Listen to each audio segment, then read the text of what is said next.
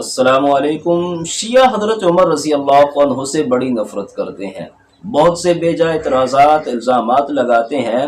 تو اس کی وجہ کیا ہے؟ شیعہ کی حضرت عمر رضی اللہ عنہ سے نفرت کی کوئی مذہبی ریزنز نہیں ہے۔ یہ بات سمجھیے گا، حضرت عمر رضی اللہ تعالی عنہ سے جو یہ نفرت کرتے ہیں اس کی وجہ بڑی دلچسپ ہے۔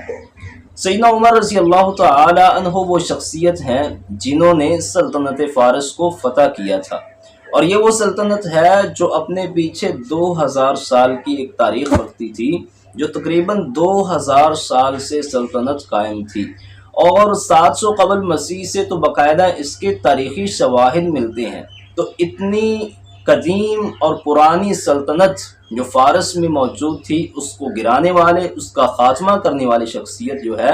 وہ سیدنا عمر رضی اللہ تعالی عنہ ہے۔ سیدنا عمر رضی اللہ تعالی عنہ نے اپنے دور خلافت میں فارس کو فتح کیا